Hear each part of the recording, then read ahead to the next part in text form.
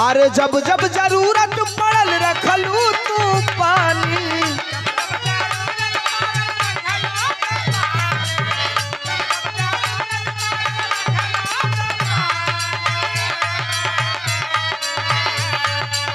मैहर का भगवती विंध्या वाली महारानी, जब जब जरूरत पड़ल रखलू तू पानी।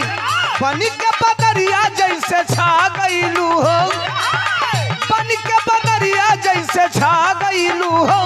जान पवली ना कबू देवी, अरे जान पवली ना कबू मैया आ गईलू हो। जान पवली ना कबू मैया।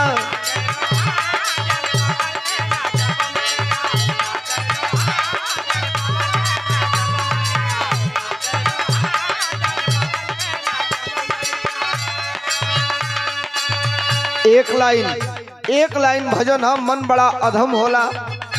जप में तप में जोग में साधना में जल्दी ना रमेला। हकीकत तई है 2-4 मिनट समय के निकालल जाओ, अब वो माई के याद कइल जाओ जो ने माई से दुनिया का तारन तार होला।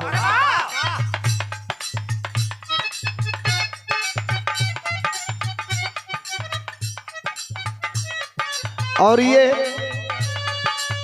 भतीजे के तरफ से आशीर्वाद आया है, लेकिन प्रधान जी के नाम पे 2100 रुपयों का आशीर्वाद। बहुत धन्यवाद, बहुत नमस्कार। वंदना का पहली और अंतिम लाइन है, कहना होगा सुर में सजा दी हलू हमारी आवाज के।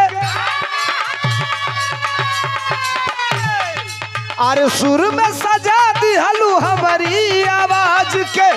दुनिया में फैलल माई लेके समाजवाद के।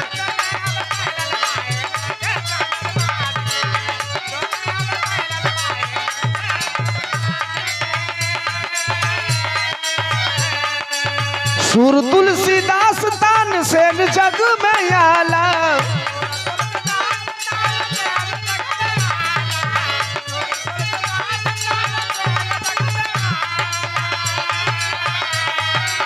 गावत भजन मीरा पियली विष का प्याला।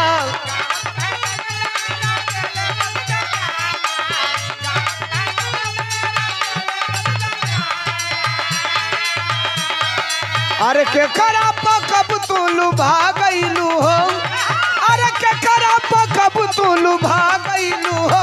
जान पवली ना कब देवी, अरे जान पवली ना कब मैया आ गईलू हो। जान पवली ना कब मैया।